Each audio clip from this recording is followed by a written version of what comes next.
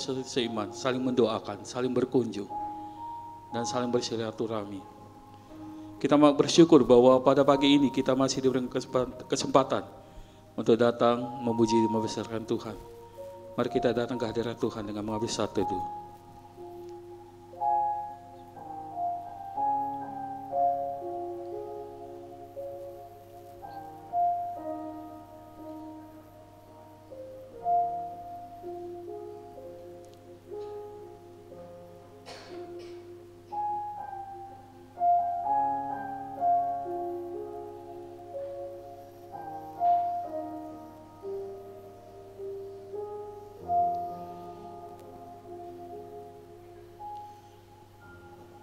Mazmur 96 ayat 4-6 berbunyi, sebab Tuhan maha besar dan terpuji sangat, Ia lebih dahsyat daripada segala Allah, sebab segala Allah bangsa-bangsa adalah hampa. Tetapi Tuhanlah yang menjadikan langit, keagungan dan semarak ada di hadapannya, kekuatan dan kehormatan ada di tempat kudusnya. Mari kita memuji Tuhan, kita mengagungkan nama Tuhan. Kita mau bersyukur bahwa gimana kita mempunyai Allah yang sungguh luar biasa. Kita melihat bagaimana ciptaan Tuhan yang membuat kita terkagum. Bila kulihat bintang gemerapan, bila kulihat bintang gemerapan dan bunyi guru riuh ku dengar, ya Tuhanku, tak putus aku heran melihat ciptaan-Mu yang besar. Maka jiwaku pun memuji-Mu, maka jiwaku pun memuji-Mu. Sungguh besar Kau Allahku, maka jiwaku pun memuji-Mu. Sungguh besar Kau Allahku. Baik kedua ayat, Tuhanku, Tuhanku, apabila ku renungkan pemberian-Mu dalam penebus, ku tertegun bagiku dicurahkan oleh Putra-Mu dan Rajaku. Maka jiwaku pun memuji-Mu. Sungguh besar Kau Allahku, maka jiwaku pun memuji-Mu. Sungguh besar Kau Allahku. Kita bersyukur bahwa kita mempunyai Allah yang sangat luar biasa. Kita bersuka cita ketika Tuhan Yesus memanggil kita datang ke hadirat-Nya. Apabila nanti Kristus memanggil kita, apabila nanti Kristus memanggilku, sukacitaku amatlah besar, karena terkabullah yang kurindukan, melihat Dikau Tuhanku akan. Maka jiwaku memuji-Mu, maka jiwaku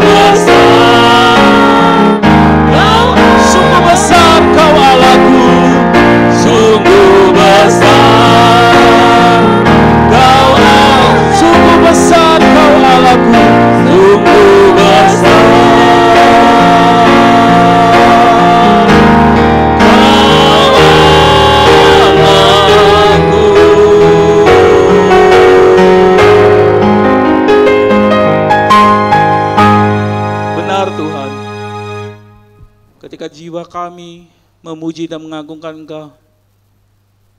Disitulah kami melihat bagaimana kuasa Tuhan, kemuliaan Tuhan terjadi ya Bapa.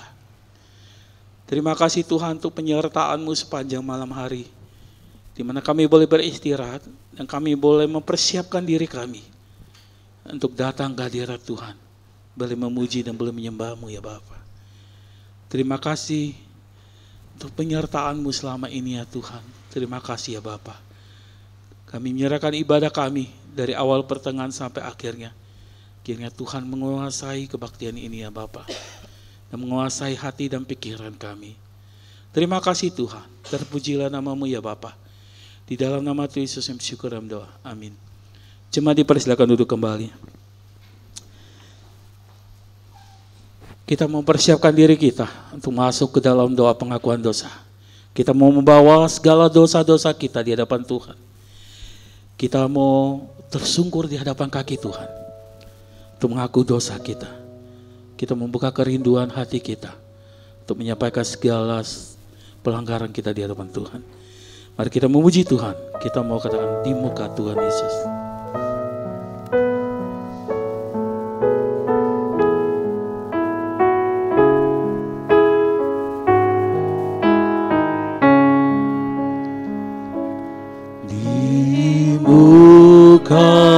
Tuhan Yesus, betapa hina diriku, ku bawa dosa-dosaku di muka Tuhan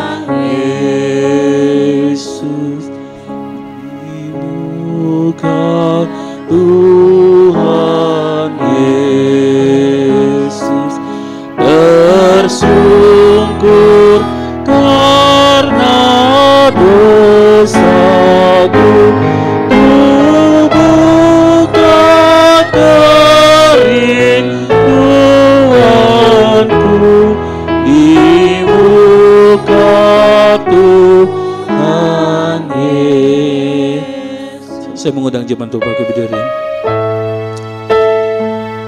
Kita mau datang ke hadirat Tuhan. Kita mau tersungkur di hadapan kaki Tuhan. Kita mau supaya kita bertobat. Di muka Tuhan Yesus ku insaf akan salahku.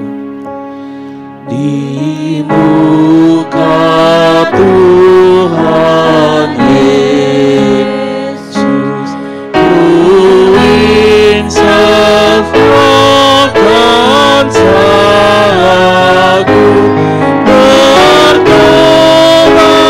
kini Kepada hamba yang saya bersyukur.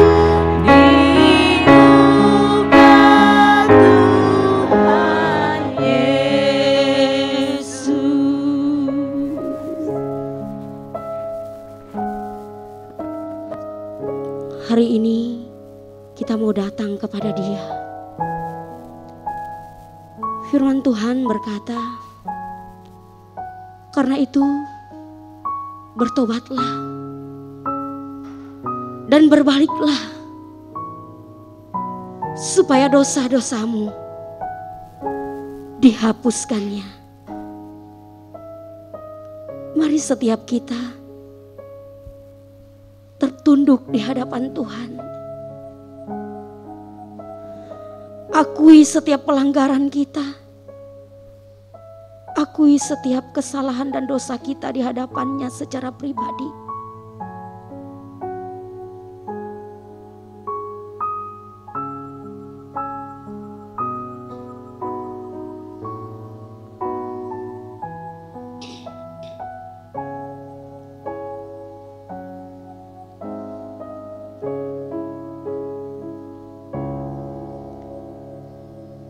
Ya Tuhan, hari ini Engkau melihat setiap kami berdiri merendahkan hati di hadapan-Mu. Sesungguhnya kami sadar betapa tidak layaknya kami berdiri di hadapan-Mu, bertatap muka dengan Engkau. Karena kami orang yang hina, kami orang yang berdosa. Tetapi pagi ini Tuhan, kami tersungkur karena dosa-dosa itu di hadapan-Mu. Kami datang kepadamu ya Tuhan, untuk memohon belas kasihan. Karena banyak sekali dosa yang kami lakukan dalam hidup ini, bahkan mungkin sampai detik ini. Hati kami jahat, pikiran kami jahat, perbuatan kami tidak menjadi berkat buat orang lain. Tuhan, ampuni kami, kasihilah kami orang yang berdosa ini. Kasihilah kami orang-orang yang hina ini di hadapan-Mu ya Tuhan. Karena kasih-Mu yang sanggup memulihkan kami. Karena kasih-Mu itu yang sanggup untuk membangkitkan kami kembali. Dan kami tidak jatuh lagi di dalam dosa. Terima kasih Tuhan, terima kasih. Biarlah kasih-Mu, anugerah-Mu, pengampunan-Mu tercurah untuk setiap kami hari ini. Dan kami sudah dibebaskan dari dosa itu. Terima kasih Bapa dalam surga. Di dalam nama Yesus yang hidup, kami sudah memohon belas kasihan kepadamu dan menerima pengampunan itu. Haleluya. Amin. Kita adalah orang-orang yang sudah dibebaskan dari dosa. Maka ada firman Tuhan yang menjadi kekuatan dan penghiburan untuk setiap kita. Di dalam 2 Korintus pasal 4 ayat yang ke-6 berbunyi, sebab Allah yang telah berfirman, dari dalam gelap akan terbit terang. Ia juga yang membuat terangnya bercahaya di dalam hati kita, supaya kita beroleh terang dari pengetahuan tentang kemuliaan Allah yang nampak pada wajah Kristus. Kita sudah hidup di dalam terang, maka kita boleh bersama-sama dengan Sang Khalid itu, yaitu Yesus Kristus. Kita bersyukur atas pengampunan yang masih Tuhan berikan kepada kita. Mari kita memuliakan Tuhan. Kita mau katakan, ada terang dalam hatiku.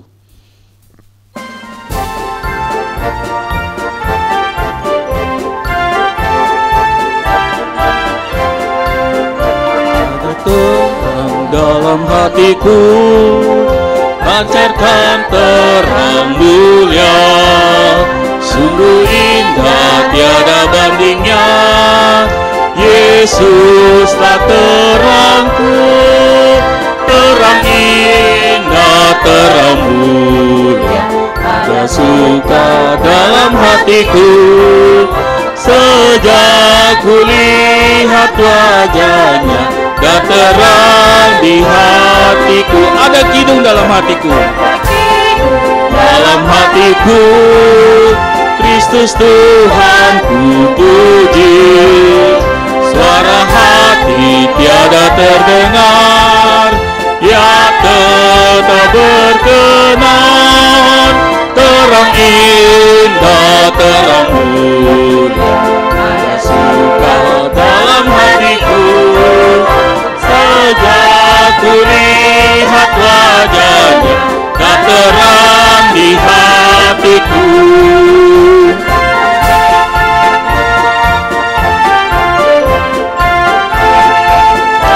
Ada girang dalam hatiku, ada girang dalam hatiku, penuh puji dan kasih. Berkat rahmat Tuhan berikan, hatiku gemarlah. Terang indah, terang mulia, ada suka dalam hatiku. Sejak kulihat wajahnya, dah terang di hatiku. Dah terang di hatiku. Dah terang di hatiku. Baik, kita akan mengakui iman kita seturut dengan pengakuan iman rasuli. Pengakuan iman rasuli.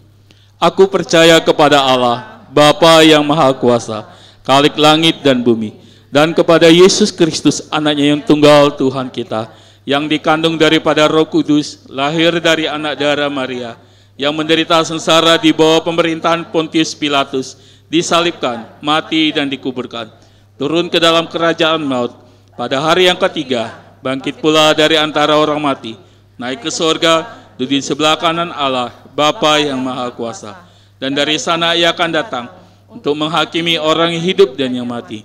Aku percaya kepada Roh Kudus, gereja yang kudus dan am, persekutuan orang kudus, pengampunan dosa, kebangkitan tubuh, dan hidup yang kekal. Amin.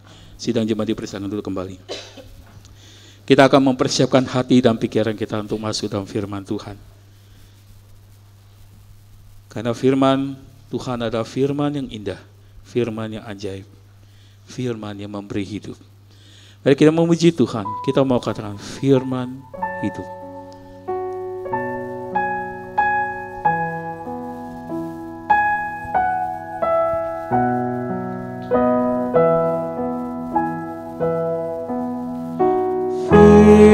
Firman Khalik semesta, ajaib firman hidup yang mengasuh makhluknya, ajaib firman hidup.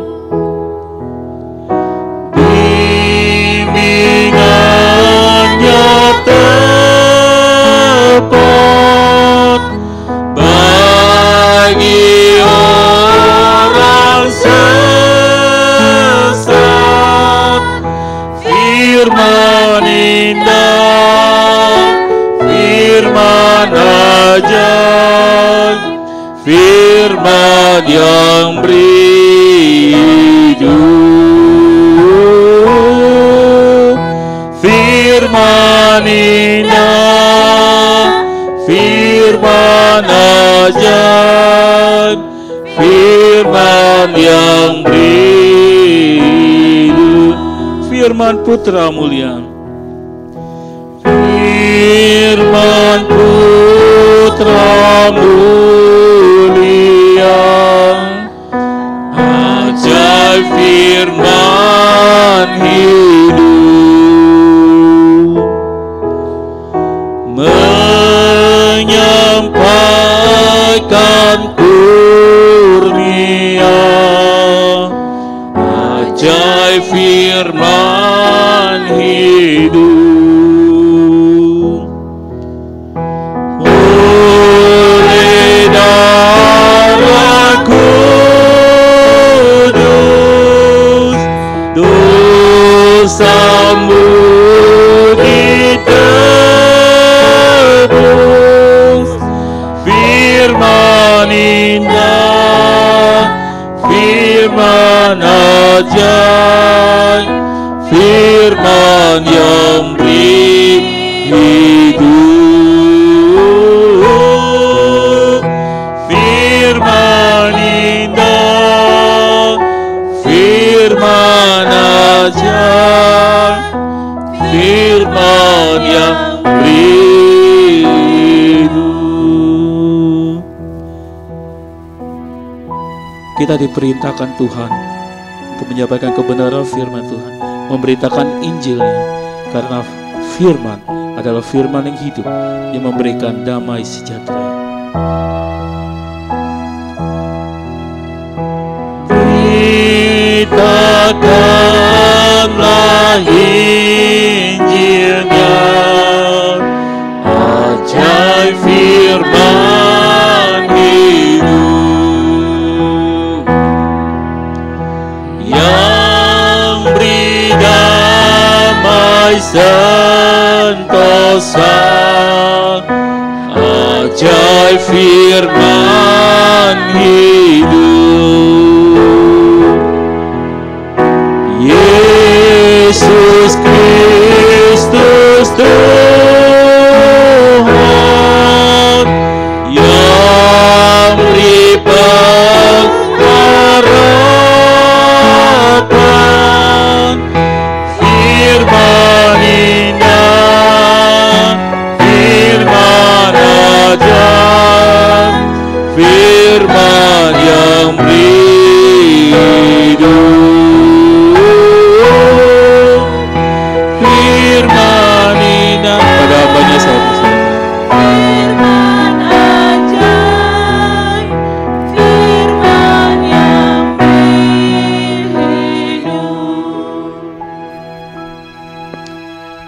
bersatu dalam doa. Bapa di dalam surga, kami sungguh percaya bahwa firman-Mu adalah firman yang hidup. Firman-Mu adalah firman yang boleh menuntun kami, yang boleh mengarahkan kami, yang boleh menuntun kami kepada satu kehidupan yang berkenan kepada Tuhan, satu kehidupan yang berkemenangan, satu kehidupan yang memerdekakan kami, satu kehidupan yang membawa hidup kami semakin hari, semakin lagi maju, semakin lagi boleh mempermuliakan akan Tuhan. Maka kami butuh firman-Mu untuk boleh menuntun akan setiap langkah hidup kami ya Tuhan. Bapa di surga, terima kasih. Saat ini kami bersama-sama, kami mau membaca, merenungkan akan firman-Mu, firman yang hidup itu. Maka kami berdoa, Tuhan, sentuhlah setiap hati kami. Biarlah ketika firman dibacakan, diberitakan, setiap kami boleh mengalami akan firman yang hidup itu. Sehingga hidup kami boleh dituntun oleh firman itu sendiri. Terima kasih Bapa di surga. Kami menyerahkan waktu ke dalam tangan-Mu, di dalam Kristus Yesus, Allah yang hidup kami berdoa. Amin. Shalom Bapak Ibu Saudara. Kita bersyukur kepada Tuhan. Hari ini kita memasuki hari Imlek yang ke-10 ya. Sekali lagi Saudara, saya mengucapkan selamat hari Imlek bagi kita semua. Kiranya Tuhan memberkati akan setiap kita. Kita bersyukur hari ini boleh sama-sama di tengah-tengah perayaan kita boleh beribadah kepada Tuhan. Saya mengajak kita untuk melihat satu nat firman sebagai dasar untuk kita boleh merenungkannya. Di dalam Injil Lukas 23, Injil Lukas 23, ayat yang ke-33 sampai yang ke-43. Injil Lukas, pasal yang ke-23, ayat yang ke-33 sampai yang ke-43.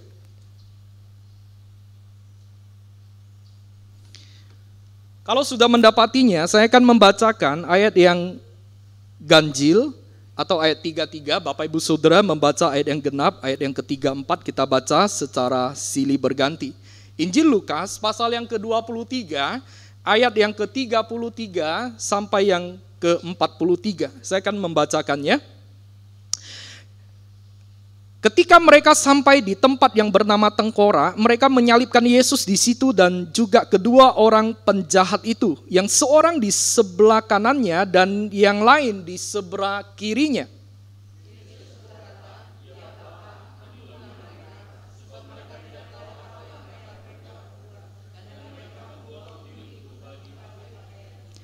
Orang banyak berdiri di situ dan melihat semuanya. Pemimpin-pemimpin mengejek dia, katanya, orang lain ia selamatkan, biarlah sekarang ia menyelamatkan dirinya sendiri. Jika ia adalah Mesias, orang yang dipilih Allah.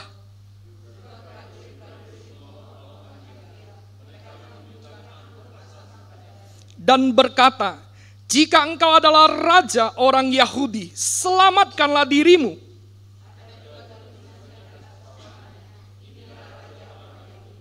Seorang dari penjahat yang digantung itu menghujat dia, katanya, bukankah engkau adalah Kristus?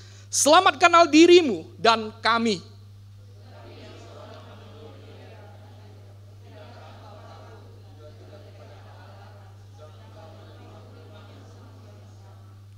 Kita memang selayaknya dihukum, sebab kita menerima balasan yang setimpal dengan perbuatan kita.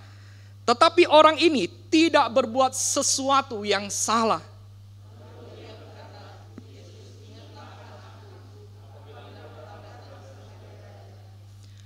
Ayat yang ke-43 sama-sama, 2, 3.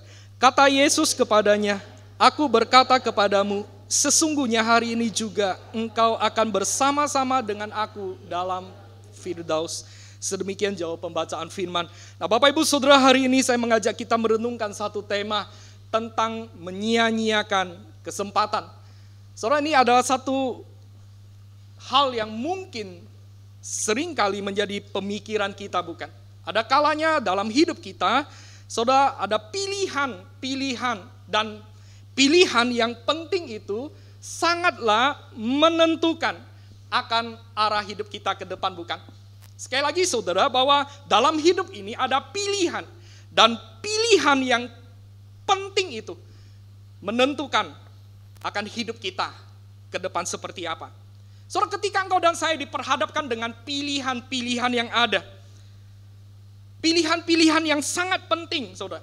Entahkah itu berbicara tentang karir kita, atau pekerjaan kita, atau berbicara tentang nanti ke depan saya harus menikah dengan orang yang seperti apa, tipe seperti apa, atau bicara tentang lebih jauh lagi, saudara, yaitu bicara tentang pilihan, bagaimana kita menggantungkan atau kepada siapa kita menggantungkan atau mempercayakan hidup kita, atau kepada siapa kita percaya di dalam hidup ini. Saudara, ini sangat-sangat penting sekali, saudara. Saudara, kalau kita salah di dalam kita memilih, saudara, maka itu akan berdampak kepada kehidupan kita sepanjang hidup, dan bahkan kepada kekekalan itu, saudara. Itulah yang dihadapi kalau dalam teks yang kita baca. Itulah yang dihadapi oleh orang penjahat yang disalibkan bersama-sama dengan Tuhan Yesus. Ketika Tuhan Yesus disalibkan, saudara, penjahat yang di sebelah kiri, saudara, dia menyia-nyiakan kesempatan yang Tuhan Yesus berikan kepadanya, dan tetap dalam dosa, dan tetap di dalam kejahatannya. Mengapa, Bapak Ibu Saudara? Mengapa akhirnya orang tersebut tidak mengalami yang namanya pemulihan dan pengampunan yang daripada Kristus? Saudara, ada beberapa poin yang akan saya ajak kita sama-sama gumulkan, saudara. Saudara, yang pertama adalah di ayat yang ke-33 berkata, ketika mereka sampai di tempat yang bernama Tengkorak, mereka menyalibkan Yesus di situ, dan juga kedua orang penjahat itu, yang seorang di sebelah kanannya dan yang lain di sebelah kirinya. Saudara, poin yang pertama, saudara, mengapa penjahat itu tidak, salah satu penjahat itu tidak mengalami pengampunan dan pemulihan yang daripada Kristus? Saudara, karena yang pertama, tidak memanfaatkan kesempatan yang ada dengan baik. Kedua penjahat itu sama-sama disalibkan dengan Yesus. Saudara, ini terjadi bukan secara kebetulan, bukan secara disengaja, tapi merupakan satu kesempatan yang terjadi, saudara, yang diberikan, saudara. Kesempatan itu bisa diambil, bisa tidak diambil, saudara. Itu tergantung daripada mereka masing-masing, saudara. Penjahat yang di sebelah kiri itu, saudara, tidak menyadari bahwa penyalibannya bersama-sama dengan Yesus Kristus adalah merupakan kesempatan terakhir baginya untuk boleh mengalami pengampunan, untuk boleh mengalami akan pemulihan yang daripada Tuhan. Malahan tetap ada di dalam kejahatannya, sehingga ia harus mengalami hukuman yang kekal. Bukan saja dia mati di atas kayu salib, tetapi di Alkitab memberitahukan dia harus mengalami akan hukuman yang kekal itu. Maka Bapak Ibu Saudara, tidak ada peristiwa dalam hidup ini yang terjadi secara kebetulan. Semua peristiwa yang terjadi di dalam hidup ini tidak ada yang terjadi secara kebetulan. Kalau engkau dan saya bisa memanfaatkan kesempatan yang Tuhan berikan kepada kita dengan maksimal, maka kita tidak akan pernah kehilangan momen yang Tuhan berikan untuk kita akhirnya boleh mengalami akan pemulihan dan pengampunan yang daripada Tuhan.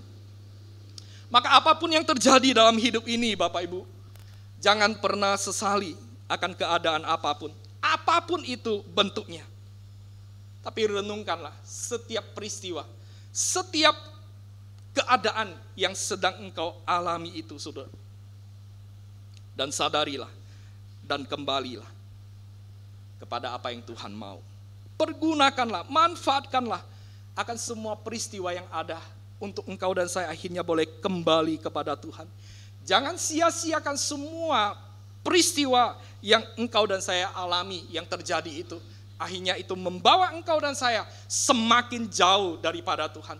Tapi petiklah semua peristiwa itu adalah satu kesempatan, dan jangan sia-siakan itu. Bapak Ibu Saudara, ada dalam hidup kita, ya, mungkin ada penyesalan yang kita alami, bukan? Saudara, kalau engkau dan saya boleh jujur di dalam kita menjalani akan hidup ini, saudara. Saudara, seberapa banyak peristiwa yang sudah berlalu dan akhirnya menjadi penyesalan di dalam hidup kita, saudara.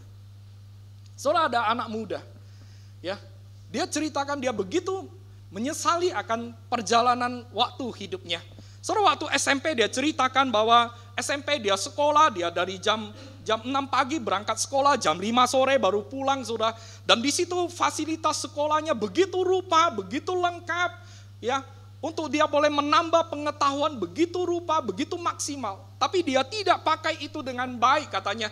Dia sering bolos, dia tidak pakai peralatan fasilitas sekolah dengan baik. Saudara, ketika dia akhirnya masuk ke jenjang yang lebih tinggi SMA, saudara, berubah dari jam 6 berangkat sampai jam 5 sore pulang. Nah, udah masuk ke SMA dari jam 6 berangkat, jam 1 sudah pulang. Saudara, masih ada banyak waktu. Akhirnya dia bingung mau pakai apa waktu yang ada, saudara. Akhirnya, saudara, ketika dia sudah kepala 3 lewat, saudara, orang ini berkata dalam kesaksiannya, aku menyesal. Kalau waktu boleh putar kembali, aku akan pakai masa SMP-ku dengan begitu rupa, dengan begitu maksimal. Aku akan pakai semua fasilitas yang ada. Aku akan ikuti semua kegiatan kerohanian dengan begitu rupa, dengan begitu tertib. Aku pengen belajar dengan baik sehingga hidupku bisa berubah. Tapi penyesalan, dia bilang, sampai kepala 3 lewat, aku tidak bisa berbuat apa-apa. Aku belum bekerja, menghasilkan apa-apa. Saudara, penyesalan itu terlambat, saudara. Maka Bapak Ibu Saudara yang terkasih di dalam kasih Tuhan, saudara, kalau engkau dan saya ketika mengalami satu proses, satu peristiwa yang terjadi, saudara, petiklah itu. Petiklah itu. Dan ambillah manfaat itu, saudara. Maka kita akhirnya, saudara, bisa mengalami yang namanya perubahan itu. Saudara, jangan sama seperti orang yang disalibkan bersama-sama dengan Kristus Yesus, saudara, yang salah satunya itu, saudara, tidak menggunakan kesempatan dengan begitu maksimal. Saudara, ada seorang pendeta yang sangat terkenal namanya Chow Su Kwang. Saudara, dalam bahasa Indonesia, saudara, namanya adalah pendeta Timothy Lee, saudara. Saudara, mungkin engkau pernah baca biografinya. Beliau adalah salah satu pendiri dari gereja GSRI, Lin Liang Tang.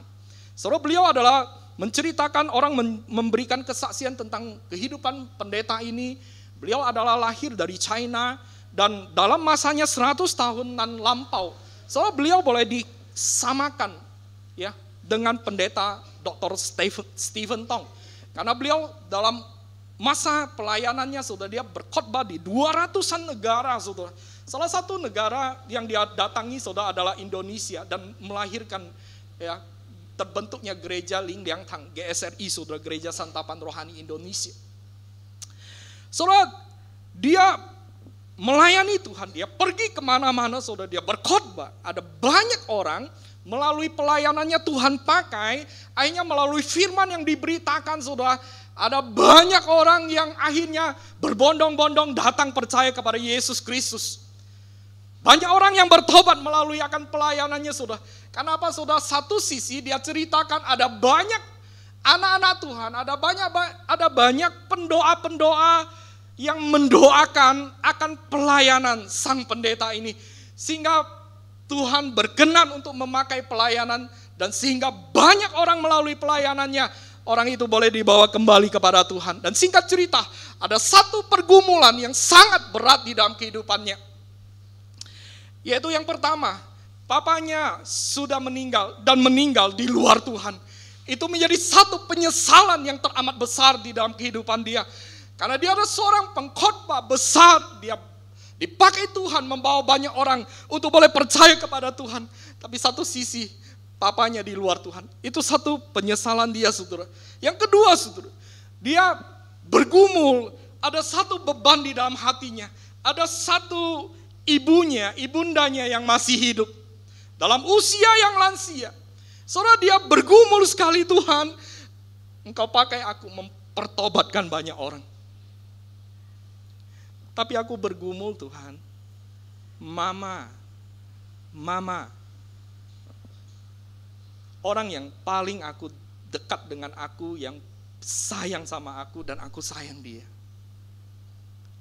Aku tahu firman-Mu, aku gak mau dia binasa Tuhan. Soalnya dia sibuk sekali pelayanan. Hampir tiap minggu dia harus keluar.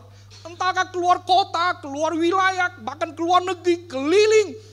Mengkhotbahkan KKR, saudara. Dia bergumul di tengah-tengah pelayanan yang ada. Sampai satu waktu, saudara. Di tengah-tengah pelayanannya, saudara, dia berdoa. Dan Tuhan terus memberkati kan pelayanannya. Sampai satu waktu mamanya sakit. Akhirnya dia panggil orang Kristen, seorang ibu-ibu untuk datang merawat akan mama terkasih. Dan dia titip pesan, tolong sambil injilin mama. Saudara, karena apa yang dia omong itu tidak bisa masuk. Karena mamanya adalah seorang kepercayaan yang sangat-sangat totok sekali di waktu masa lampau di China. Maka dia mau ngomong tidak boleh. Kamu mau ngomong apa aja di hadapan mama boleh.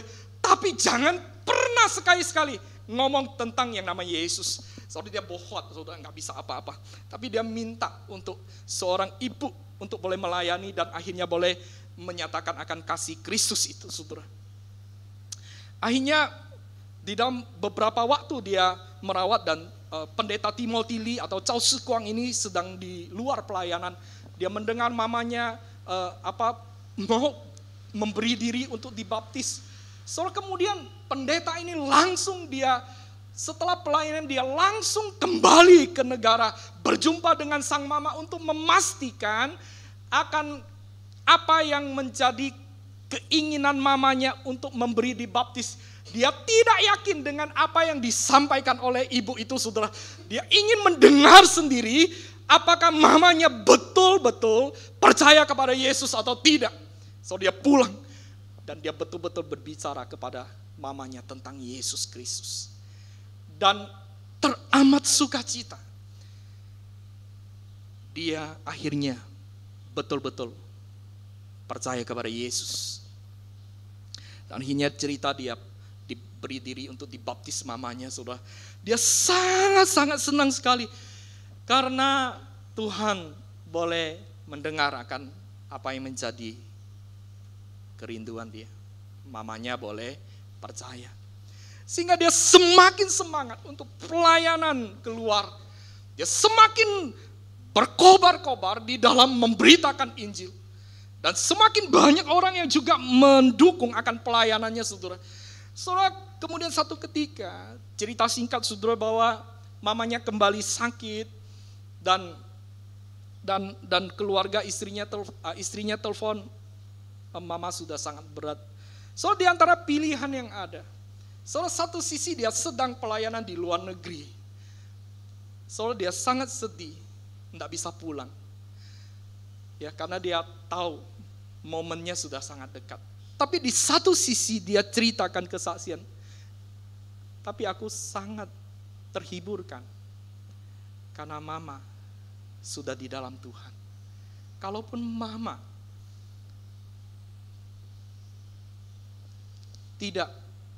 kalaupun mama meninggal, dia sudah ada bersama dengan Tuhan yang mengasihi dia. Satu hari kelak pun, kalau aku pun meninggalkan dunia, aku akan berjumpa dengan mama terkasih.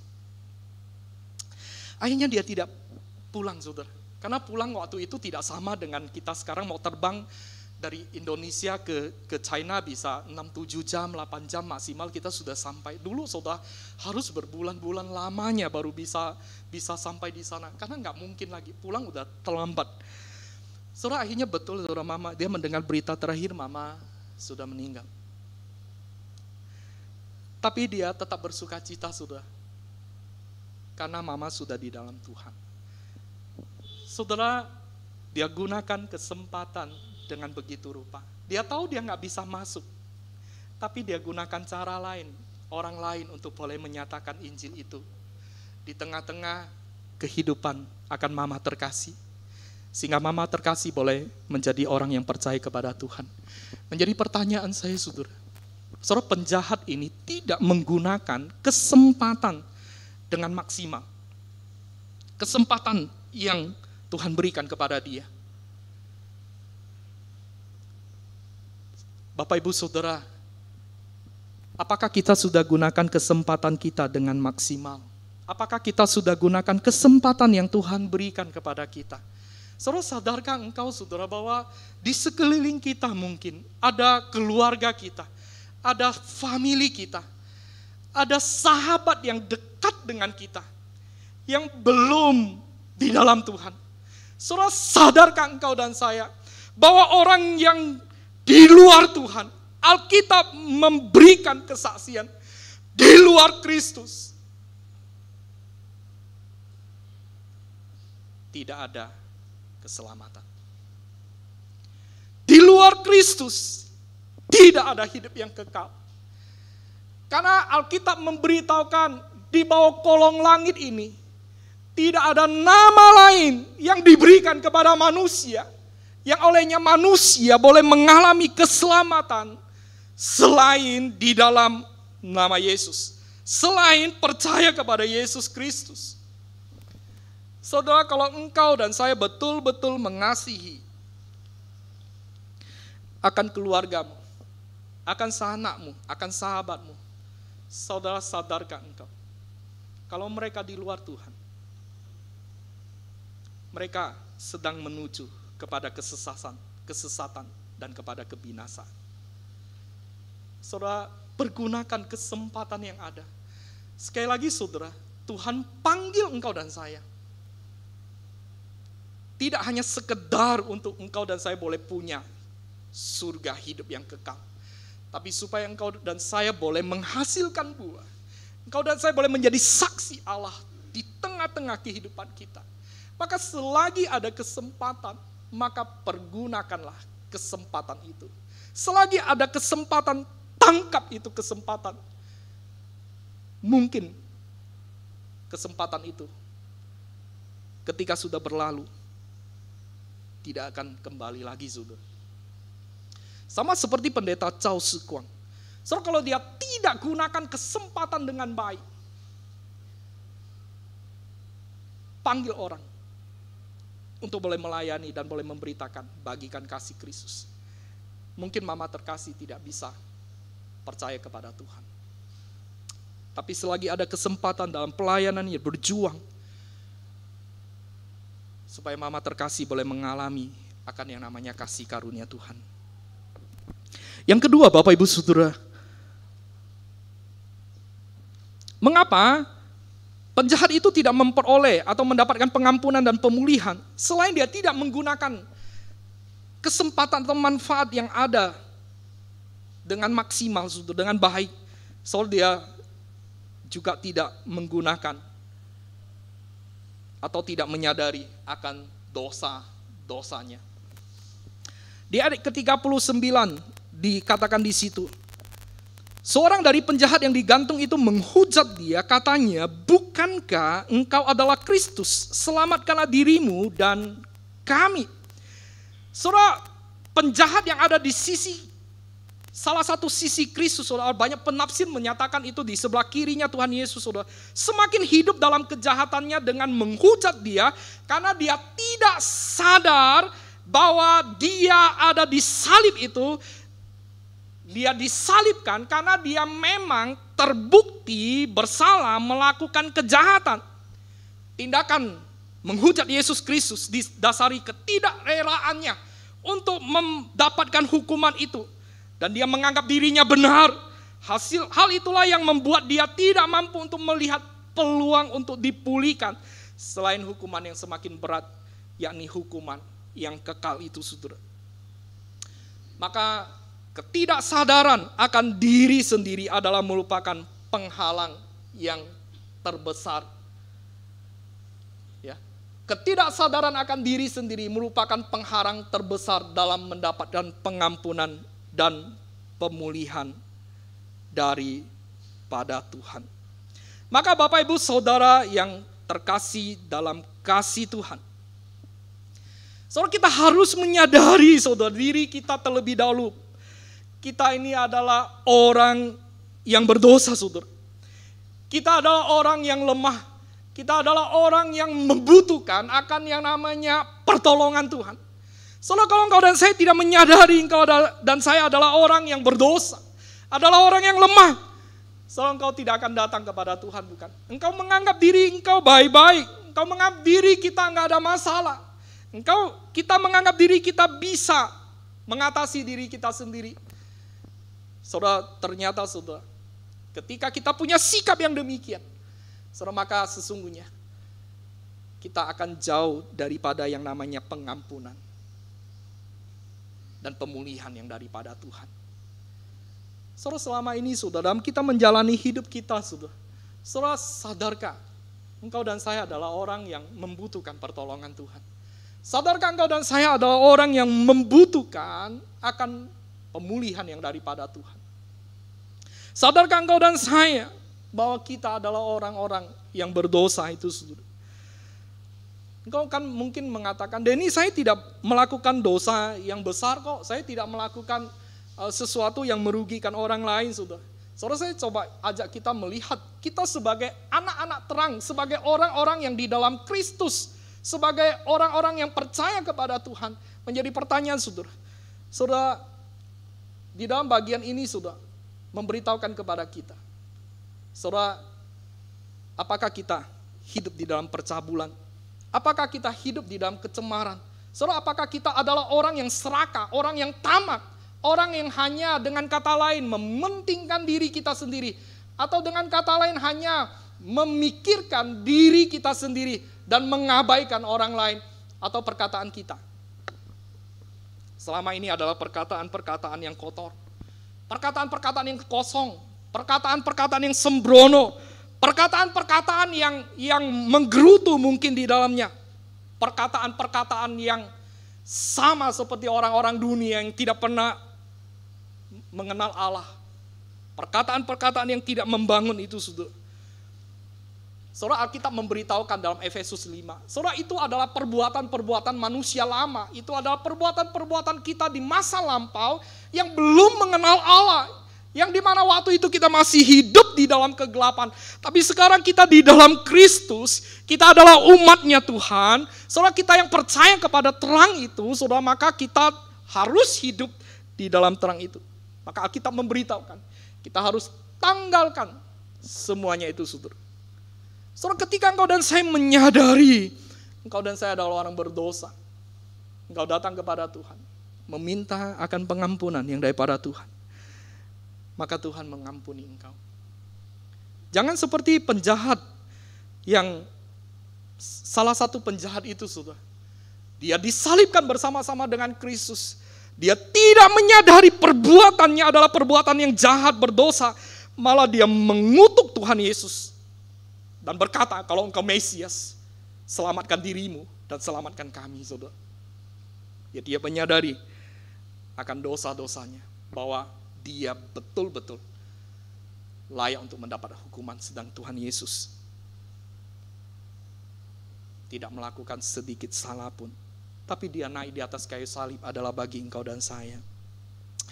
Bapak, Ibu, Saudara yang terkasih, saudara, ketika engkau dan saya tidak menyadari akan dosa kita, maka Roma 6 ayat 23, upah dosa adalah maut.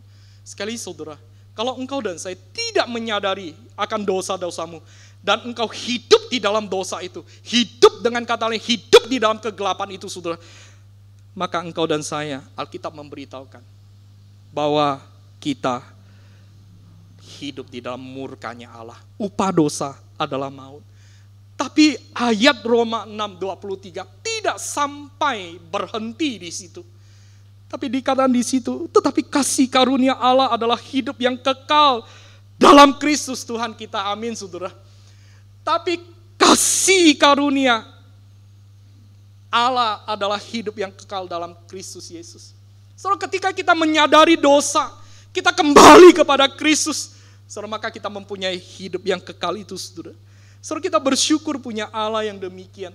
Saudara, sekali lagi, bahwa kalau engkau dan saya menyadari akan dosa-dosa kita, saudara, kita datang kepada Tuhan dan Tuhan memulihkan hidup kita. Tidak ada dosa besar atau dosa kecil, saudara. Tidak ada, saudara.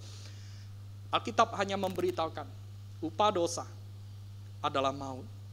Upah dosa adalah kebinasaan. Maka di dalam kekristenan memberitahukan kepada kita, ketika engkau dan saya berdosa, engkau dan saya sudah melenceng dari apa yang menjadi keinginan Allah, kehendak Allah. Dan dosa itu harus dibereskan.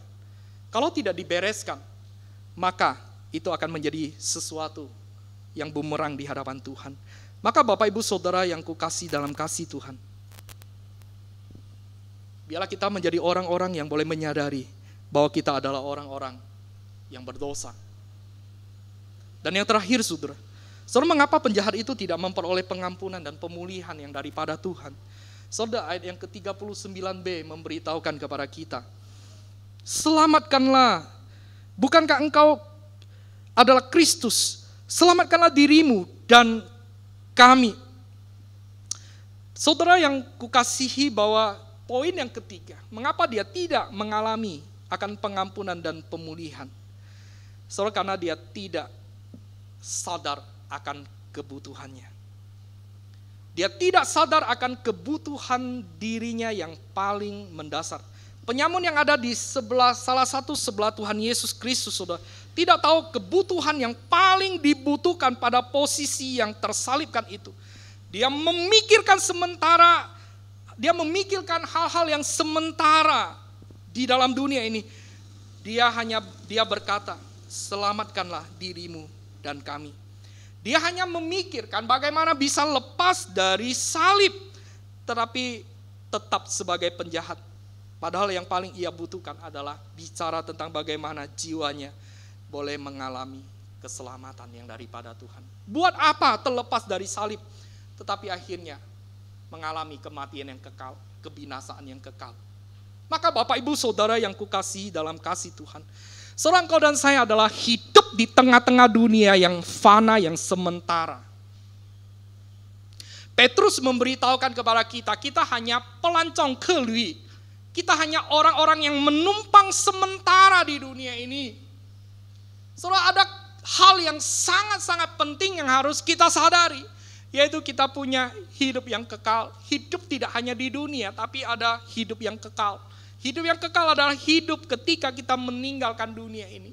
Saudara, kita harus menyadari itu, saudara. Harus memikirkan hal-hal yang demikian. Tapi penjahat ini tidak memikirkan akan kebutuhan itu, saudara. Maka sekali lagi, saudara, saya ingin mengingatkan kepada kita, siapapun kita, saudara, milikilah akan kesadaran, kebutuhan yang demikian. Karena kalau tidak, saudara, engkau dan saya akan biasa-biasa saja.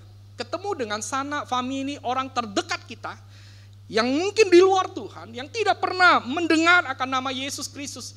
Kita tidak akan punya kerinduan untuk boleh membagikan, menceritakan akan kasih Kristus itu. Tidak akan pernah, saudara. Kenapa? Karena kita sendiri tidak punya kerinduan itu. Kebutuhan itu kita tidak memahami. Maka sangat penting sekali, saudara. Sebagai orang-orang yang percaya kepada Tuhan, saudara, kita harus punya kesadaran akan kebutuhan itu. Karena kalau tidak, saudara, maka kita akan mengabaikan yang namanya kekekalan. Kita hanya akan kejar tentang yang namanya kehidupan di dunia ini. Dan kita mengabaikan akan apa yang penting. Oleh sebab itu, saudara, tidak heran, saudara, kita lihat banyak orang Kristen yang menyatakan dia adalah orang percaya, orang di dalam Tuhan. Tapi ketika ada pilihan-pilihan yang ada, mau pilih Tuhan apa keluarga, akhirnya pilih keluarga. Mau pilih Tuhan apa pilih pekerjaan, akhirnya pilih pekerjaan. Mau pilih pasangan, ya, teman hidup atau pilih Tuhan, akhirnya pilih pasangan hidup dan sebagainya, saudara. Ada banyak fakta, ada banyak yang berbicara demikian. Tapi ketika kita memahami apa yang menjadi esensi itu, saudara, kita punya kesadaran itu, saudara, maka saya percaya, saudara, kita akan ambil dengan tepat, dengan maksimal. Dan closing saya, saudara, ketika kita melakukan, memikirkan akan apa yang menjadi kebutuhan yang paling dasar itu, saudara, kebutuhan akan hidup yang kekal itu, saudara, engkau mengutamakan Tuhan di atas segala sesuatu, maka saya percaya Tuhan akan pimpin hidupmu. Tuhan akan memberkati hidupmu. Tuhan akan membawa engkau semakin hari, semakin lagi menikmati akan hidup, akan surga yang mulia itu, saudara. Maka biarlah kita sebagai orang-orang yang di dalam Tuhan, saudara. Saudara, petiklah kesempatan itu. Jangan sia-siakan kesempatan yang ada pada engkau. Manfaatkanlah kesempatan itu. Saudara, dengan kata lain, selagi kita masih hidup, saudara, pergunakan kesempatan yang ada, saudara, untuk engkau boleh menyatakan kasih Tuhan. Untuk engkau boleh hidup bagi Tuhan. Untuk engkau boleh melayani Tuhan. Untuk engkau boleh sungguh-sungguh pakai hidupmu. Untuk boleh engkau menjadi saksi-saksi Tuhan di tengah-tengah dunia ini. Sehingga nama Tuhan boleh dipermuliakan melalui hidup kita. Mari kita bersatu di dalam doa.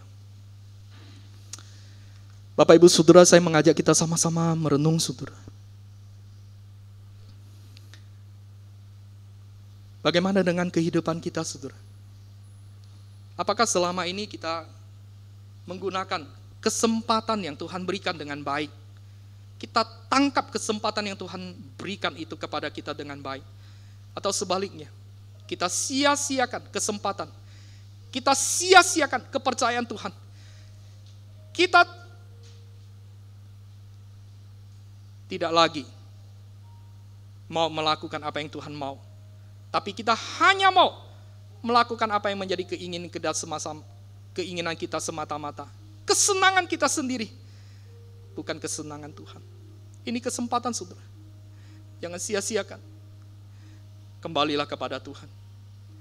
Kembalilah kepada Tuhan, karena Tuhan panggil engkau. Supaya engkau dan saya boleh hidup bagi Tuhan. Supaya engkau dan saya boleh hidup melayani Tuhan. Supaya engkau dan saya boleh hidup menjadi saksi Tuhan. Kembalilah kepada Tuhan. Tuhan menyediakan pemulihan itu. Tuhan menyediakan pengampunan itu bagi engkau dan saya. Datanglah, Tuhan sangat menanti engkau dan saya untuk boleh kembali kepada Dia. Inilah kesempatan, saudara.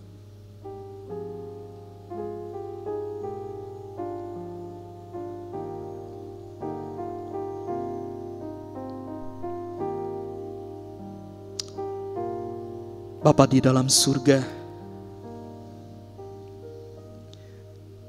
inilah kami, Tuhan. Kami meminta ampun kepadamu, ya Tuhan. Ampuni kami kalau selama ini kami menyia-nyiakan kesempatan yang Tuhan berikan kepada kami. Kami menyia-nyiakan kepercayaan yang Tuhan berikan kepada kami. Kami tidak melayani Engkau. Kami tidak hidup bagimu. Kami tidak taat kepadamu, bahkan kami seringkali memberontak. Kami seringkali bukannya melakukan apa yang Tuhan mau, tapi hanya mau melakukan apa yang menjadi pemikiran kami, kesenangan kami semata-mata. Tuhan, ampuni kami Tuhan. Tuhan, sadarkan kami. Tuhan, bawa kami kembali kepadamu, supaya kami boleh tangkap kesempatan yang Tuhan berikan, percayakan kepada kami. Dan biarlah bahwa semua peristiwa yang terjadi, kami boleh tangkap itu, Tuhan.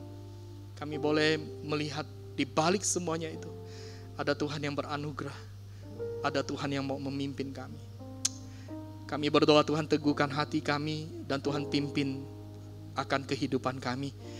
Pakai kami, untuk kami boleh menghadirkan Tuhan dalam hidup kami. Terima kasih Bapa, dalam Yesus kami berdoa. Amin.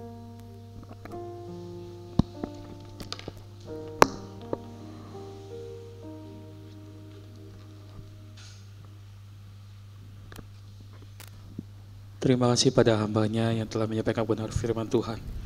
Kiranya firman Tuhan boleh mengajarkan ke kita, supaya kita tidak menyia-nyiakan kesempatan yang Tuhan berikan kepada kita. Kita pegang kesempatan yang Tuhan berikan untuk melakukan yang terbaik buat Tuhan. Untuk meresponi firman Tuhan ini, kita mau menyanyikan pujian, Beri Terbaikmu.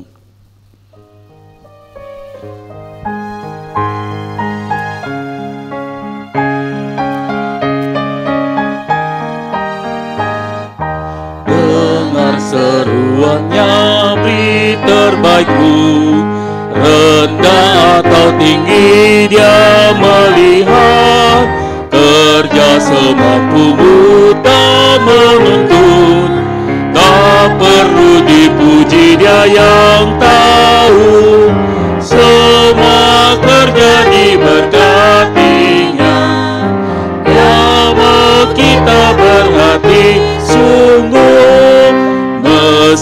yang kau mampu tak berhenti.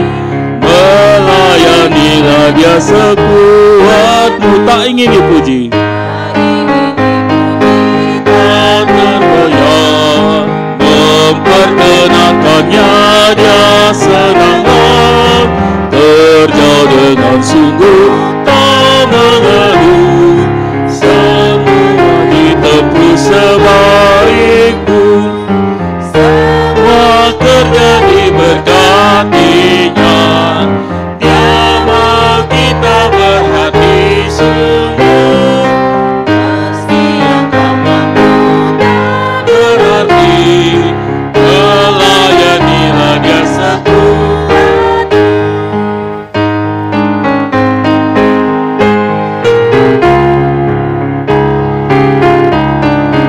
Hari kan berlalu dengan pesat. Hari kan berlalu dengan pesat.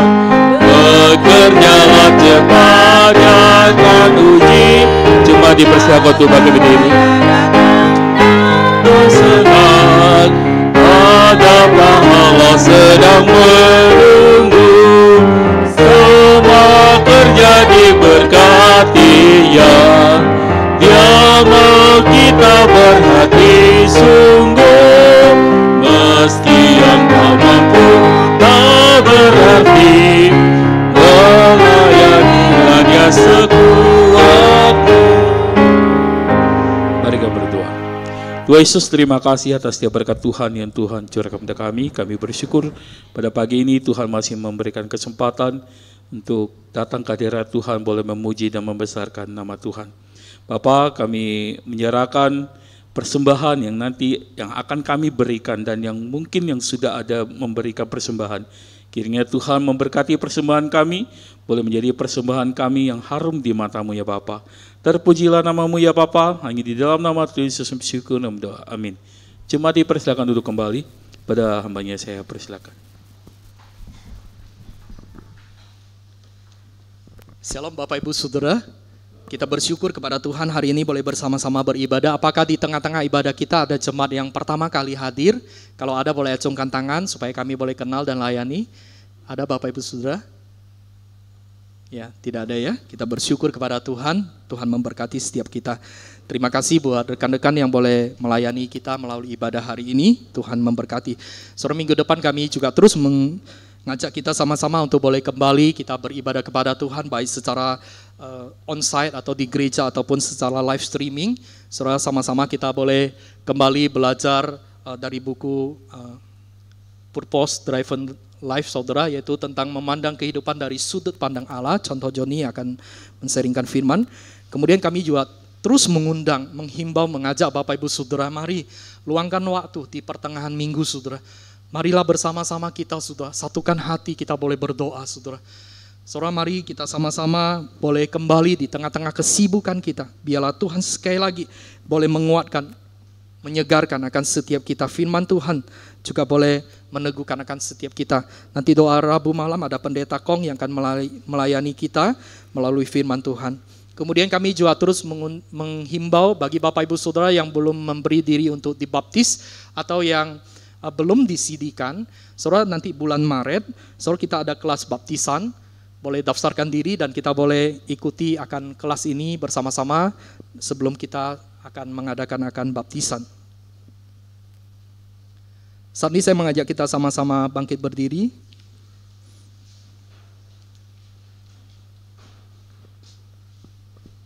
Saudaraku, dengarkanlah berita pengutusan di dalam Galatia pasal 6 ayat yang ke-10 berkata, karena itu selama masih ada kesempatan bagi kita, marilah kita berbuat baik kepada semua orang, tetapi terutama kepada kawan-kawan kita seiman.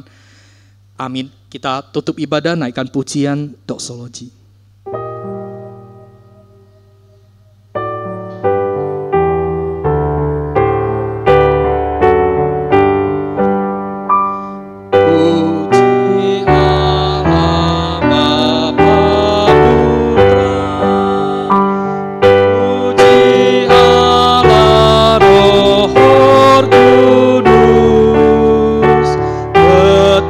Ketiganya yang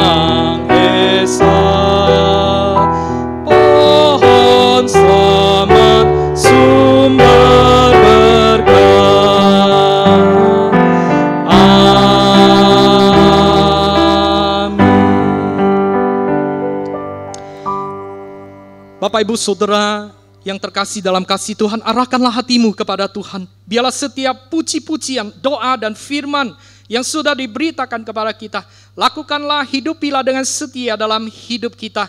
Maka Allah Tritunggal itu, sumber berkat itu, mencurahkan akan berkat-Nya bagi setiap kita.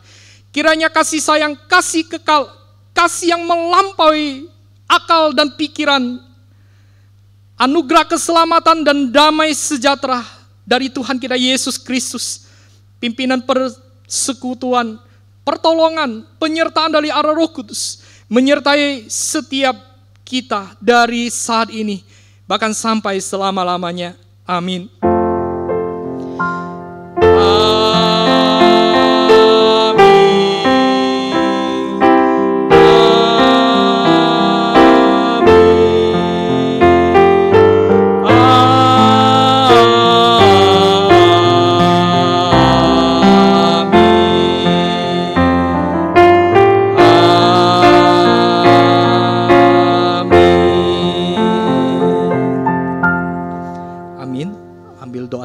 Ibadah selesai, Tuhan memberkati.